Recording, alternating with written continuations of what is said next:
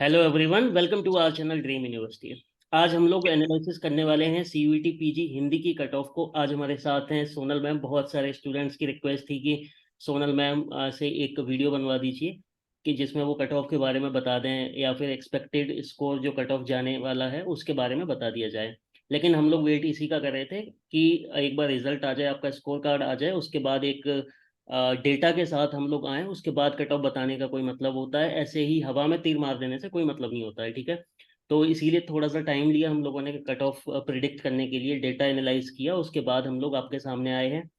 आपका score card आने के बाद हमने पोल्स अपने टेलीग्राम चैनल में पोल डाला था सीयूईटी पीजी हिंदी के रिगार्डिंग, जिसमें अराउंड 600 के आसपास स्टूडेंट्स ने पार्टिसिपेट किया है। इसमें दो पोल थे, एक 400 में से आपके कितने मार्क्स आए हैं, एक 300 जो डोमेन पार्ट है उसमें से आपके कितने मार्क्स आए हैं, ठीक है। 300 में से इसलिए कराया गया था क्योंकि बहुत सारे स्टूडेंट्स का टारगेट जेएनयू होता है और जेएनयू केवल 300 मार्क्स में से ही आपका जो कट ऑफ होता है वो लगाता है, ठीक है। बाकी जो यूनिवर्सिटीज हैं जैसे बीएचयू हुआ या फिर आपका डीयू हुआ वो 400 में से लगाएंगे, ठीक है।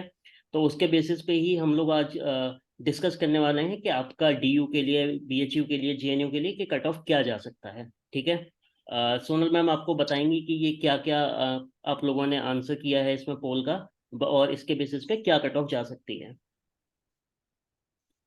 ओके सोनल मैम, आप बताइए अब। जी।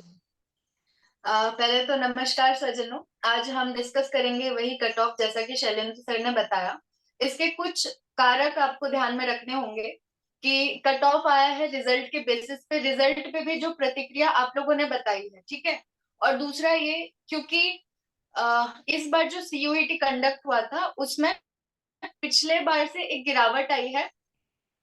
एक तो कट ऑफ में गिरावट यकीनन आएगी, आप प्रश्न पत्र का एक लेवल देखा था वो बढ़ा था, तो कट ऑफ कम जाएगा इस बार। दूसरा ये कि इस बार परीक्षा में भाग लेने वाले विद्यार्थी भी कम रहे थे। जहां पिछले बार आंकड़ा बहुत ज्यादा था, इस बार 12,733 विद्यार्थियों ने फॉर्म भरा था और केवल 7,773 बच्चों ने वहां पर जाकर अपनी मौजूदगी जताई थी। तो कुल मिला के ये पता चलता है कि ये कुछ दो तीन जो हेर फेर चीजें हुई हैं ऊपर नीचे, इसलिए कट ऑफ इस बार बहुत बारीकी से ऊपर नीचे बदल सकता है, जरा जरा सी बातों से। तो आज हम इस पर नजर डालेंगे। लगभग जितने मानकर चलते हैं हम कि जितने लगभग ज्यादा सीरियस विद्यार्थी थे, संजीदा विद्यार्थी थे, उनमें से बहुत सारे लोगों ने अपनी पहुंच यहाँ तक बनाई होगी और उन्होंने यहाँ पर भाग लिया होगा। तो उस बेसिस पे यदि हम देखें सबसे पहले कि 400 अंकों में से लगभग कितने कितने अंक विद्यार्थियों के अमूमन आए हुए हैं। तो हम यहाँ पर देखते हैं कि तादाद सबसे ज्यादा है, 150 से 200 अंक के बीच में प्राप्त करने वाले प्रतिभागियों की। तो हम वहां पर देखें 150 से लेकर 200 तो काफी लोगों ने अर्जित किया है, लेकिन हम यहाँ पर उसके अलावा देखें तो 10% लोग ऐसे रहे जिनके 250 से 300 अंक रहे। तो पिछले बार के हिसाब से देखें तो 300 से ज्यादा पाने वाले विद्यार्थियों की संख्या ज्यादा रही थी, लेकिन इस बार क्योंकि परीक्षा का स्तर ऐसा रहा है तो यहाँ पर 10% विद्यार्थी मिलते हैं और उसके बाद दूसरे पायदान पे हमें लगभग मिलते हैं 200 से 250 अंक के बीच में। और अभी तक जितने भी विद्यार्थियों की खोज खबर मिली, जिनसे बातचीत हुई, तो 215 250 इसके आसपास आंकड़े नजर आ रहे थे। 250 से भी ज्यादा कुछ एक से बातचीत हुई। तो उस बेसिस पे हम कह सकते हैं 400 अंक का मतलब यही होता है ना कि डोमेन केवल नहीं देखा जाएगा, केवल मुख्य विषय नहीं रखा जाएगा, जो एप्टीट्यूड, जो रीजनिंग का टेस्ट होता है वो भी इसमें इंक्लूडेड होगा। और मुख्य यूनिवर्सिटीज में हम देखें तो डीयू और बीएचयू इसमें शामिल होते हैं, जो 400 अंक पूरा देखते हुए पूरा अपना मेरिट बनाएंगे। तो हम उस पे देखें सबसे पहले डीयू। तो ये अंदाजा लगाया जा सकता है इसे देख के कि लगभग 250 अंकों से यदि आपने अधिक अर्जन किया है तो आप इस दौड़ में प्रतिनिधित्व करते हुए हिस्सा ले रहे हैं। और यहाँ पर ध्यान देने की आवश्यकता, से कम है तो मायूस होने की आवश्यकता नहीं है, क्योंकि हम फर्स्ट कट ऑफ लिस्ट की बात कर रहे हैं। तो जैसे जैसे एडमिशन होता जाता है यूनिवर्सिटी अपने और कट ऑफ लिस्ट निकालती जाती है। तो ये जरूरी नहीं है कि फर्स्ट कट ऑफ लिस्ट में ही आपका सिलेक्शन हो जाए। तो हम अभी उस पर बात कर रहे हैं, ठीक है। बीएचयू की बात करें हम, तो वहां पर एक तो मेन कैंपस होता है जहां पर पढ़ाई होती है, और बाकी वसंत और लेडीज कॉलेज, आर्य समाज वाला कॉलेज, तो ऐसे बहुत सारे और कॉलेजेस हैं एफिलिएटेड। तो उन सबको मिला के बीएचयू का आंकड़ा देखा जाए तो मेन कैंपस में 280 265 आसपास के इर्द गिर्द आपके अंक यदि आए हुए हैं तो आप जरा बाकियों से सेफ जोन में हैं। और बाकी जो एफिलिएटेड कॉलेजेस हैं उनमें आप 230 से पार में हैं, तो आप थोड़ी ज्यादा आशंका रख सकते हैं फर्स्ट कट ऑफ लिस्ट के लिए।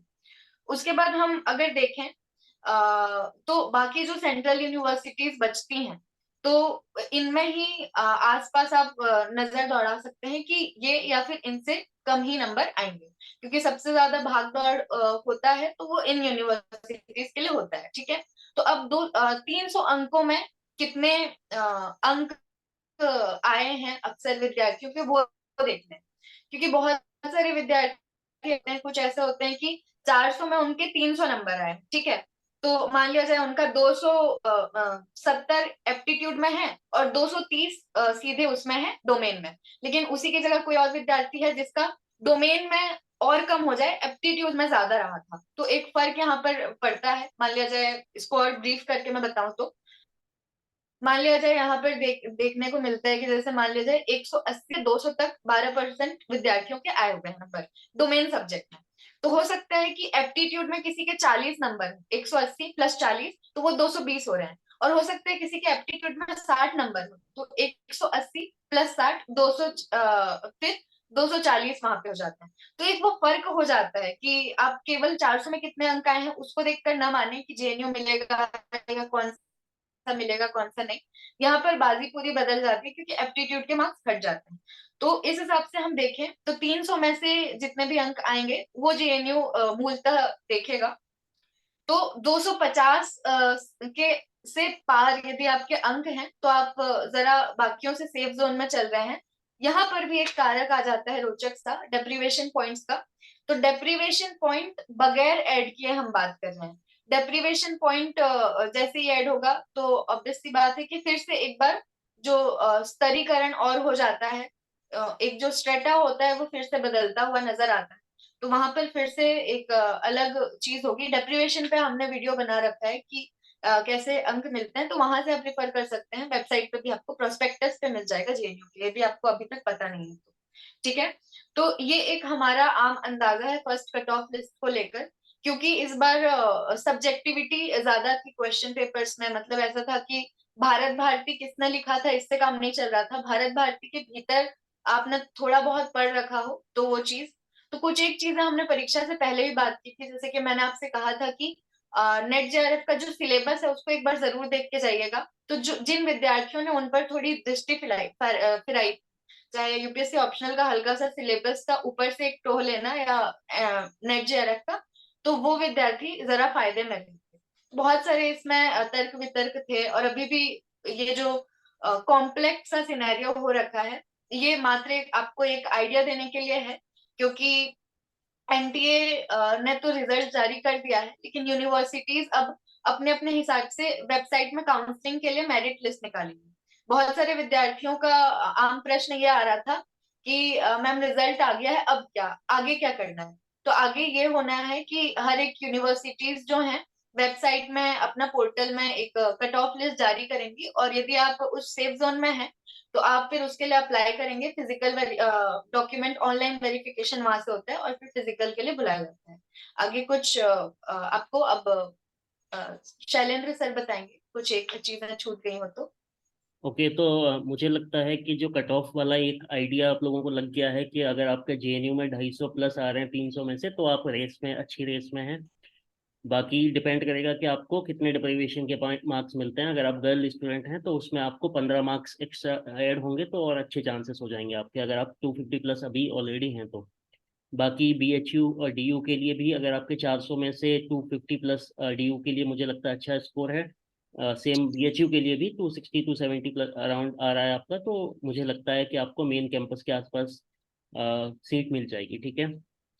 सो ये तो बेसिकली हमने कट ऑफ के बारे में बता दिया। बाकी आगे का प्रोसेस आपने सोनल मैम ने भी बताया आपको कि आपका रजिस्ट्रेशन करना होगा। बीएचयू का रजिस्ट्रेशन फिर से 5 दिन के लिए ओपन हुए हैं। जो जिन विद्यार्थियों ने अभी तक बीएचयू में रजिस्ट्रेशन नहीं किया है वो 5 दिन का मौका मिलेगा आपको, तो वो बीएचयू में रजिस्ट्रेशन कर सकते हैं। ठीक है। जिन्होंने अभी तक नहीं किया है। बाकी जेएनयू का अभी ओपन नहीं हुआ है। डीयू का भी सीसेस पोर्टल होता है, कॉमन सीट एलोकेशन सिस्टम, उसी के थ्रू आपको सारा कॉलेजेस मिलेगा। ऐसा पहले की तरह ऐसा नहीं है कि आपका या तो आपका ग्रेजुएशन के बेस पे आपका एडमिशन हो, ऐसा भी नहीं होगा। और पहले की तरह अलग अलग कॉलेज में आपको जाना पड़ता था, वो भी नहीं होगा।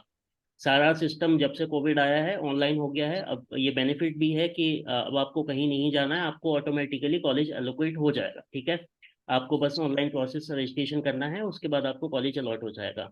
सेम जेएनयू के लिए भी, जेएनयू की यूजी का रजिस्ट्रेशन स्टार्ट हो चुके हैं, पीजी के लिए भी होपफुली इन अ वीक और टू स्टार्ट हो जाएंगे। होपफुली मुझे लगता है एक वीक में ही, तो उसमें आप रजिस्ट्रेशन कर देंगे। उसके बाद आपका जो कट ऑफ लिस्ट आएंगी उसमें आपका जो आपका स्कोर होता है उसके बेस पे आप सिलेक्टेड या नॉट सिलेक्टेड होते हैं, तो वो आपको पता लग जाएगा। उसके बाद आगे की प्रक्रिया होगी जिसमें आपको डॉक्यूमेंट्स वगैरह सबमिट करने होंगे। ठीक है, बाकी इसके अलावा अगर कुछ और पूछना है आपको तो आप टेलीग्राम पे तो जुड़े ही होंगे, अगर नहीं जुड़े हैं तो डिस्क्रिप्शन में लिंक मिल जाएगा, वहाँ से ज्वाइन हो जाइए।